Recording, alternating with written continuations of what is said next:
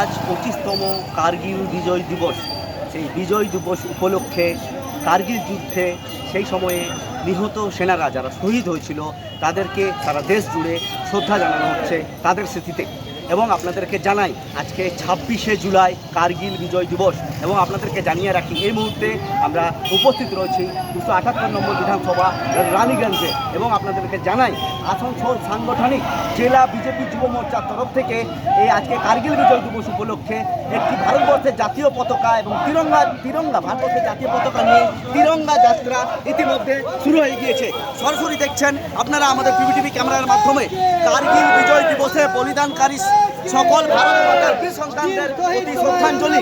আজকে সেই র্যালি ইতিমধ্যে রানীগঞ্জের তারবাংলা এরিয়া থেকে এগিয়ে যাচ্ছে রাষ্ট্রীয় রাজমার্গ 60 ধরে স্টেশন পরিসরে।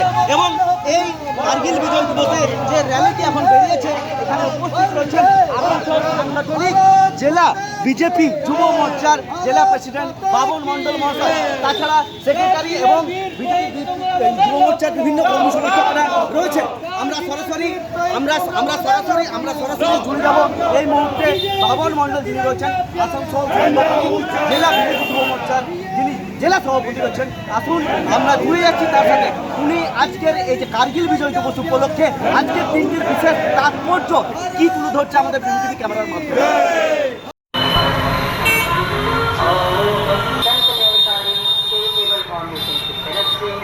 दिनांक 28 जुलाई 2019 भाइयों ने खिलाड़ियों जयंकारी बाबा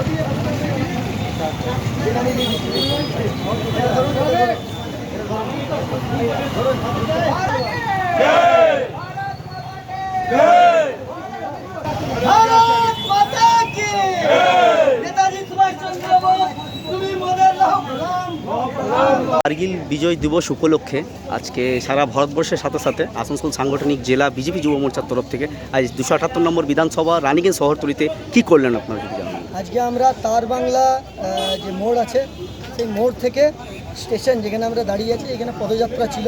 আমাদের এটা ভারতীয় জনতা যুব মোর্চার তরফ থেকে ছিল যদিও, কিন্তু শত শত পথচলতি মানুষ যে এটাতে বৃষ্টি বাদলার দিনে এতে করে উপস্থিত হলো এবং এই সুবিশাল পতাকাকে ধরে তারা রাষ্ট্রবাদের একটা বার্তা দিল। এ থেকে বোঝা যাচ্ছে যে রাষ্ট্রবাদ আমাদের এখনও কুকুরতে ভরা আছে। এবং আজকে যে কার্গিল বিজয় দিবস আপনারা জানেন যে আমাদের প্রতিবেশী শত্রু দেশ পাকিস্তানের উপর আমরা যে একটা অভূতপূর্ব বিজয় প্রাপ্ত করেছিলাম এবং সেই বিজয়কে আমরা প্রতিবার স্মরণ করার জন্য এই যাত্রা করি, প্রতি বছরই করি।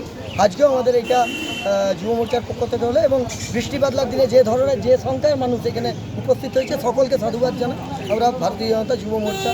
আজকে এই তিরঙ্গা যাত্রার সাথে সাথে খনি অঞ্চল যে রানীগঞ্জ শহর খনি অঞ্চলবাসীকে কী বার্তা দিলেন আজকের দিনটিকে? খনি অঞ্চলবাসীকে এটাই বার্তা দিলাম, দেখুন যে আমাদের এই 26শে জুলাই, 15ই আগস্ট বা 26শে জানুয়ারি যেগুলো আমাদের রাষ্ট্রবাদেরকে তুলে ধরার দিন, হ্যাঁ, যেখানে আমাদের ভারতের একটা অভূতপূর্ব জয় হয়েছে প্রতিবার আমরা সেলিব্রেট করি, সেটাকে আমরা প্রতিবার যাতে স্মরণ করি এবং প্রত্যেকটি বাচ্চা থেকে বুড়ো পর্যন্ত প্রত্যেকজন যাতে দেখতে পায় যে রাষ্ট্রবাদের যাতে কমি না হয় কোনো জায়গায়, যে আমরা আমাদের যে দেশের আভ্যন্তরীণ শত্রুরা চাইছে দেশকে বিভিন্ন ভাগে বিভক্ত করতে, আমাদের যে ঐক্যবদ্ধতা আছে সেটাকে ভেঙে দিতে, সেটা যাতে ভাঙতে না পারে তারই আমরা বার্তা দিতে পড়ছে। আমার নাম অভিজিৎ রায়, আমি ভারতীয় জনতা পার্টির সম্পাদক।